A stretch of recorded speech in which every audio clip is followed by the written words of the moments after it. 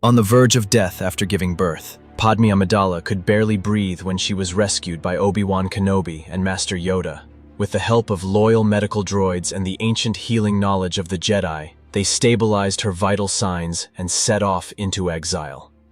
Master Yoda's presence on the ship this time made all the difference in keeping Padme alive.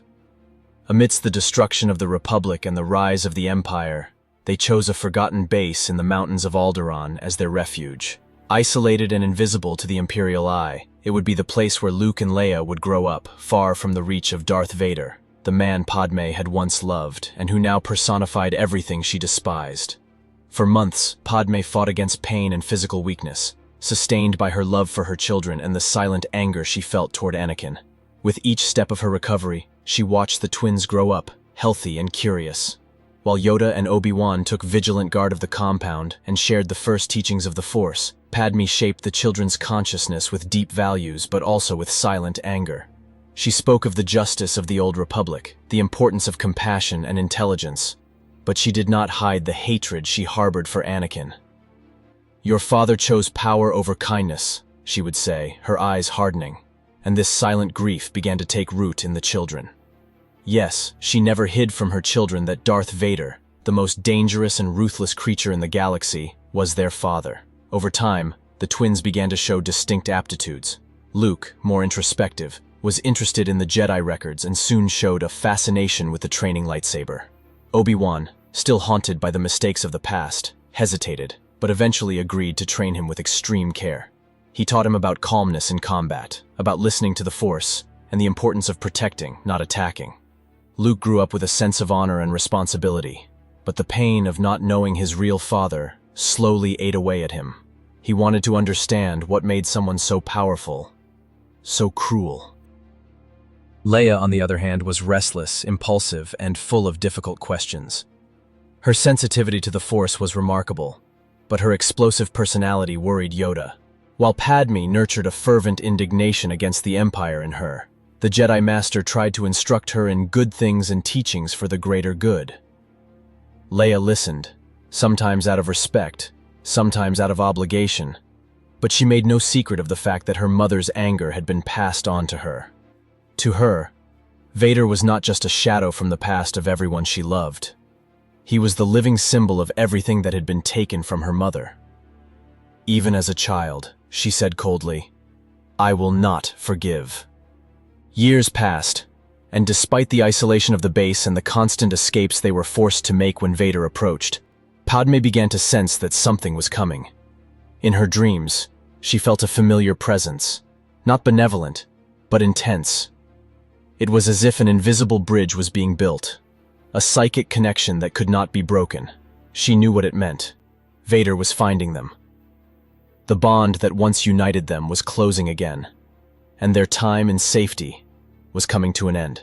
Padme began to sleep little and train her children more rigorously, trying to prepare them for an inevitable confrontation.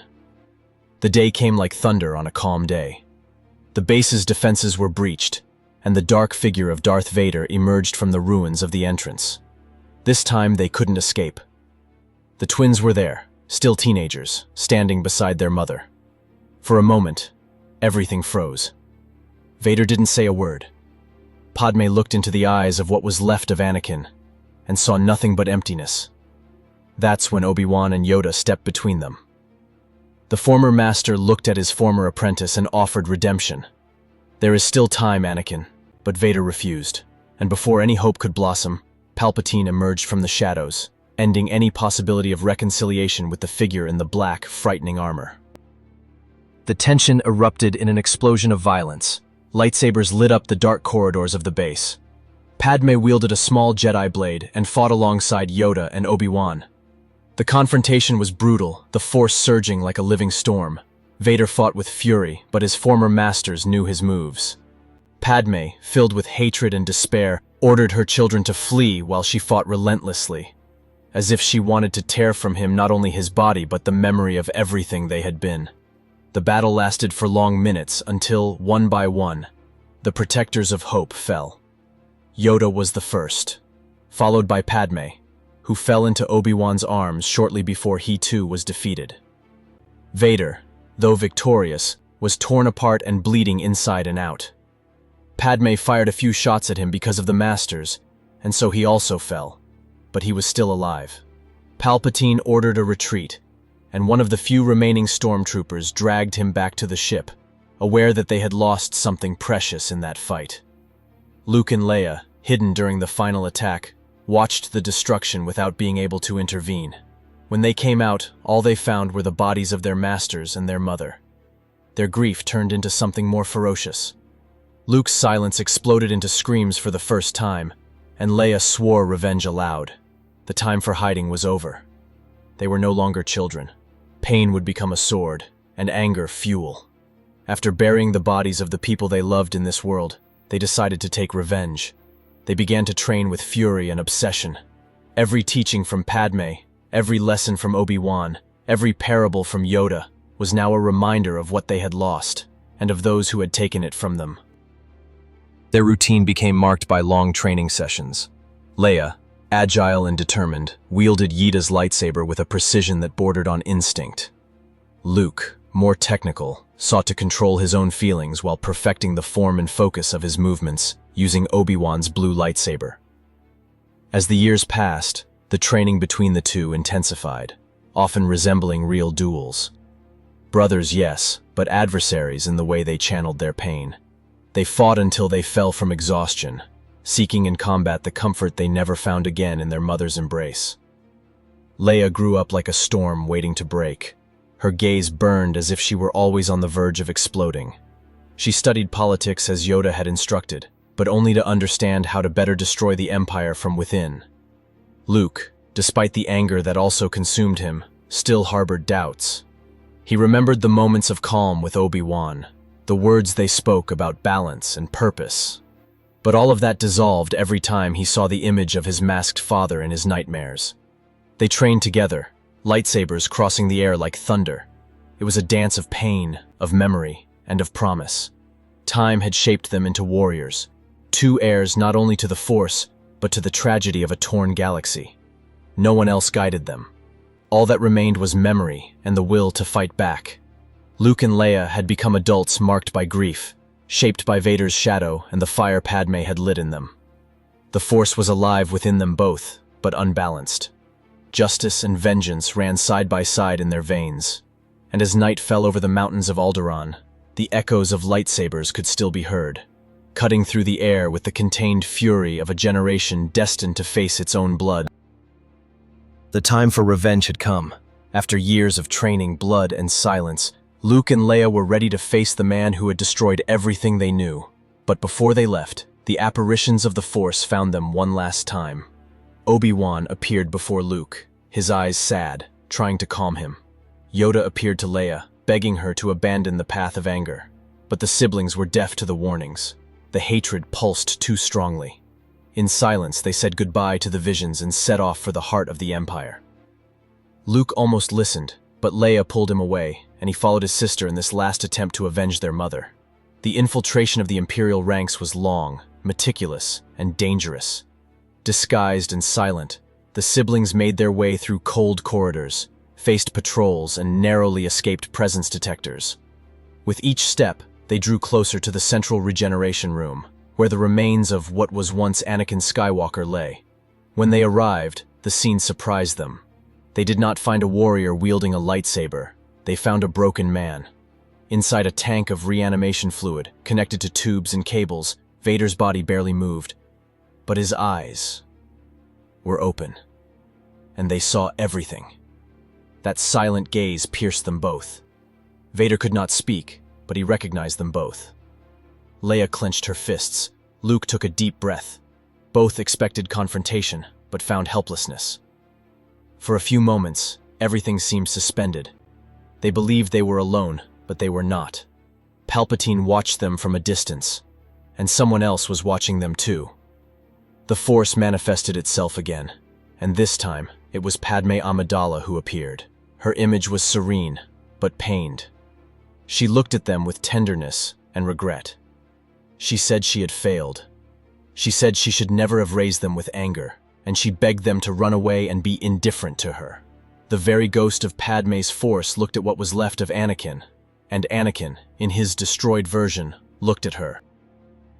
His mother's words split them like a bolt of lightning in the middle of the night. Leia, overcome by the anger that had built up over a lifetime, did not hesitate. She walked over to the tank and raised her lightsaber. Luke screamed, but it was too late. Leia prepared to plunge the lightsaber into Vader's chest, still attached to the machine, unable to defend himself. Luke ran, trying to prevent further damage. "He's already dead inside," says Leia. But that's when the Force stirs. Objects float, and on the floor, letters begin to be carved by a lightsaber activated by itself and by the power of the Force. It was Vader, even dying, writing, "Run. Now."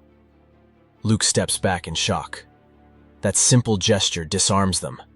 Vader could have killed them, even weakened. He could have reacted with hatred and silence, but he didn't.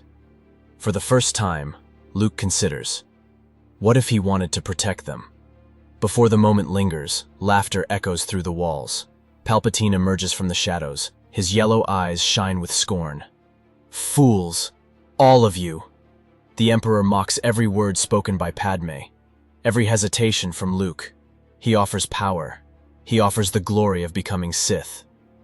"You are children of the Chosen One. You can be gods if you just accept the darkness." Leia doesn't wait. She activates Master Yoda's old green lightsaber and charges. Palpatine retreats, but smiles. Luke sees fear in Vader's eyes, still trapped. Fear for Leia. The old Sith notices the gesture, and before anything else happens, Luke joins his sister. The lightsabers illuminate the chamber. The battle begins. Leia is wild, agile, violent.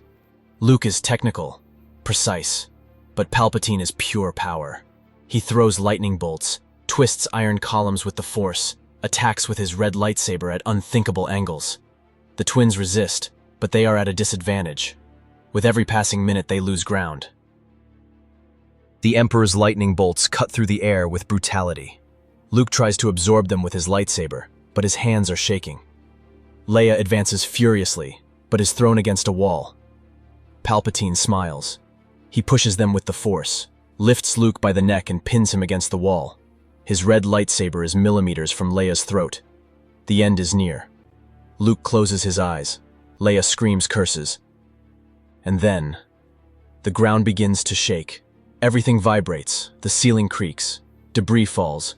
Vader, still inside the tank, his limbs destroyed, is channeling all the Force he has left. It is as if the Temple of Pain itself is rebelling.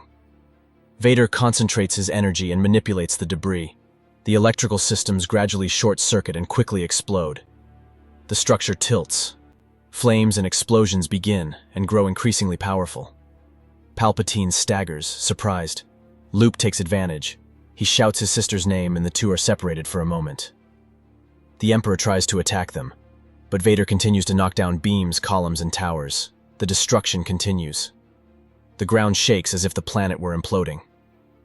Palpatine turns angrily toward the tank, and with a cry, uses the Force to destroy it. The glass shatters, the liquid spreads. Sparks light up the room like slow-motion lightning. Leia, now standing, sees her chance. With a quick spin, she strikes the Emperor in the leg, tearing off part of his lower limb. Palpatine roars. He staggers, but before she can finish the blow, Luke runs.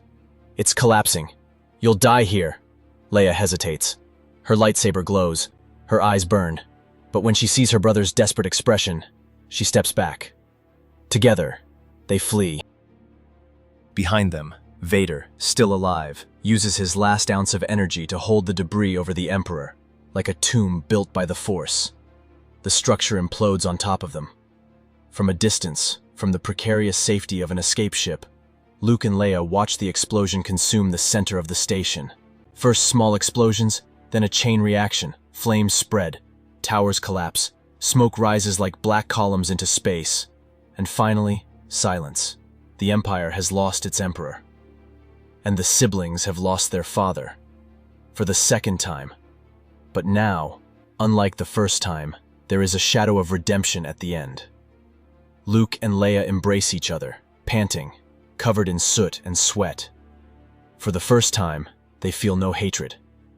They feel a strange relief, and an even greater weight.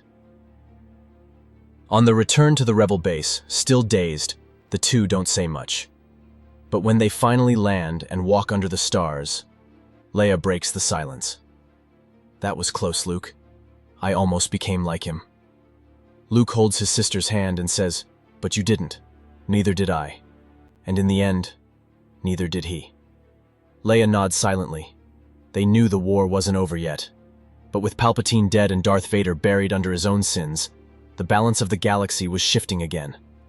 Now, finally, there was a chance for a new beginning, and that new beginning would start with them.